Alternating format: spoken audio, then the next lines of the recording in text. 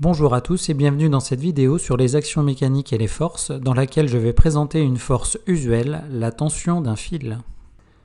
La tension d'un fil sera la force qui va permettre donc de modéliser l'action de contact localisé d'un objet suspendu à un fil. Donc elle sera notée grand T et aura pour caractéristique, donc tout d'abord comme point d'application, le point de contact entre le fil et l'objet. La direction sera la direction du fil. Le sens sera vers le fil et la norme sera notée T et va dépendre donc de l'étude mécanique et des autres forces. Donc si on représente sur un schéma, donc on a un objet accroché à un fil qui est accroché à un support.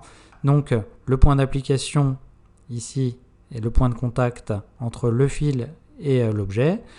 La direction est celle du fil, orientée vers le fil et donc la norme T. Donc je représente mon vecteur ici. Je peux le représenter dans différentes positions, donc c'est toujours une force en fait qui est donc dirigée vers le fil et qui a pour direction le fil. Une propriété donc importante dans le cas d'un objet immobile, donc si l'objet est immobile, il ne sera soumis qu'à son poids P et à la tension du fil T. Dans ce cas, on aura T qui sera égal à moins P. Donc sur un schéma, si l'objet est immobile, dans ce cas, on a forcément cette configuration. Donc l'objet ici est soumis à deux forces, la tension du fil qui est orientée donc verticalement vers le haut et le poids qui est orienté verticalement vers le bas, et on a P et T qui sont de même longueur mais de sens opposé, donc vectoriellement T est égal à moins P.